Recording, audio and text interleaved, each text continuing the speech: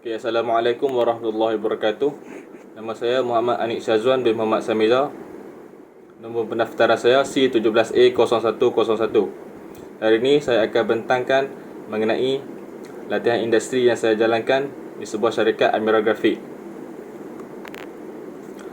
Okey, dalam pembentangan ini saya akan mencakupi 4 bab yang utama, iaitu bab 1, pengenalan latihan industri, bab yang kedua, latar belakang syarikat, bab yang ketiga, skop dan tugasan kerja, bab yang keempat, kesimpulan dan rumusan daripada latihan industri yang dijalankan. Objektif yang pertama adalah memberikan pendedahan awal kepada pelajar. Objektif yang kedua, meningkatkan pengalaman dan pengetahuan pelajar. Objektif yang ketiga, membentuk peribadi pelajar menjadi seseorang yang lebih baik.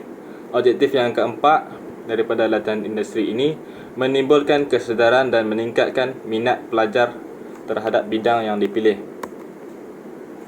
Kepentingan latihan industri. Kepentingan latihan industri ada 5, iaitu yang pertama, mendedahkan pelajar kepada alam dan situasi pekerjaan yang sebenar.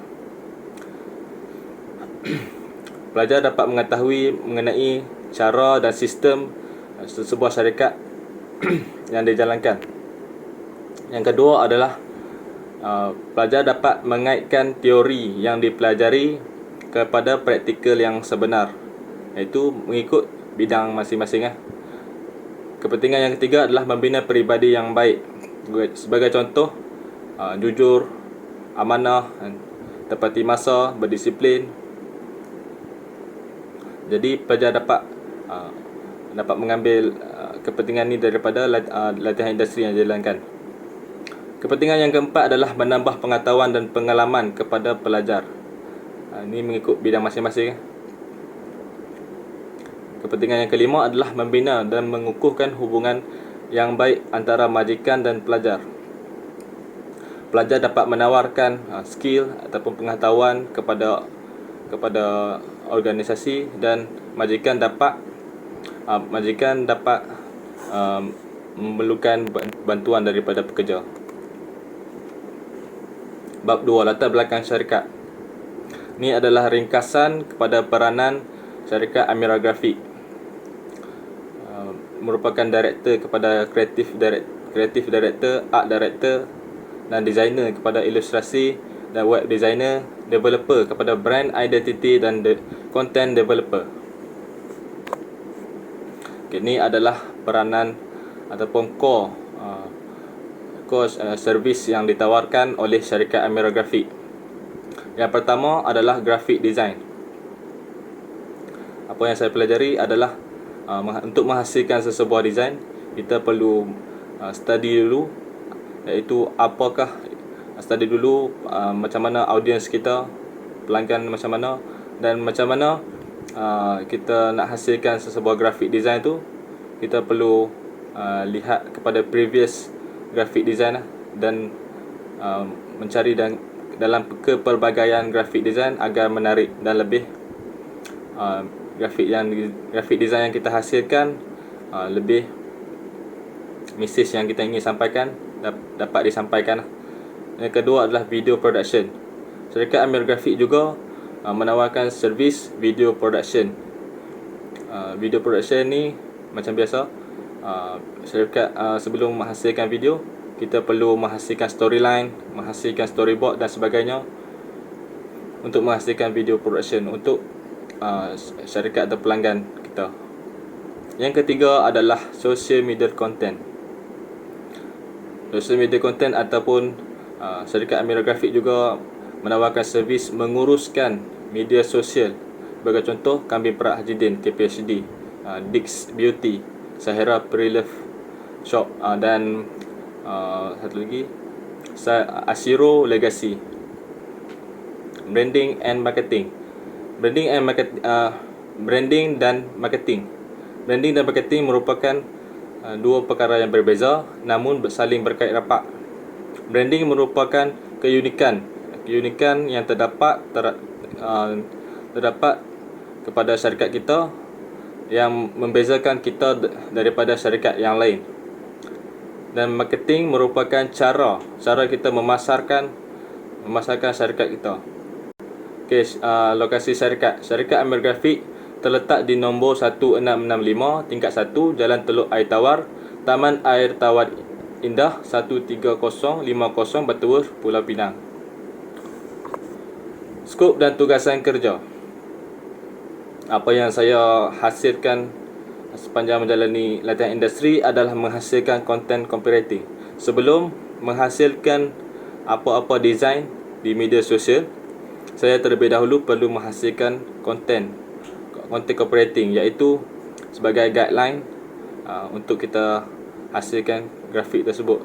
Ini adalah contoh saya hasilkan konten copywriting untuk syarikat KPHD. Konten copywriting ini adalah sebagai contoh kita buat dalam masa sebulan untuk 12 set untuk set design. Dan copywriting ni kita menghasilkan setiap hari konten copywriting yang berbeza agar design yang kita hasilkan tu menarik dan tidak berulang. Skop dan tugasan kerja yang kedua adalah shooting gambar produk. Ini adalah contoh kerja yang saya lakukan, shooting gambar sepanjang saya menjalani latihan industri. Untuk shooting gambar produk, saya perlu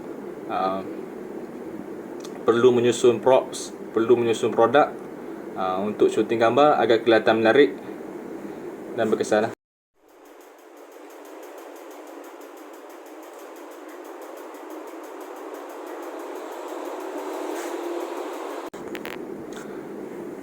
Saya juga perlu shooting video, menjalankan tugas shooting video. Macam saya terangkan sebelum tadi, saya sebelum menghasilkan shooting video, terlebih dahulu menghasilkan storyboard, storyline. Ini adalah contohnya. Hold me closer, me first. This magic spell you cast. This is La Vie en Roses. When you kiss me, heaven sighs, and though I close my eyes, I see La Vie en. Skop kerja saya juga tracing gambar, iaitu daripada logo atau logo yang sedia ada untuk merubah bentuk ataupun merubah penggunaan warna dalam design ataupun logo tersebut. Menghasilkan logo, saya juga menghasilkan logo sepanjang menjalani latihan industri di syarikat Amir Grafik. Menghasilkan band slip. Ini adalah contoh band slip yang saya hasilkan. Mengedit video untuk syarikat Asiro Legacy dan menghasilkan design set untuk KPHD. Ini adalah design setelah menghasilkan copywriting, kita akan menghasilkan barulah kita akan menghasilkan design merujuk kepada konten copywriting yang kita hasilkan. Kesimpulannya,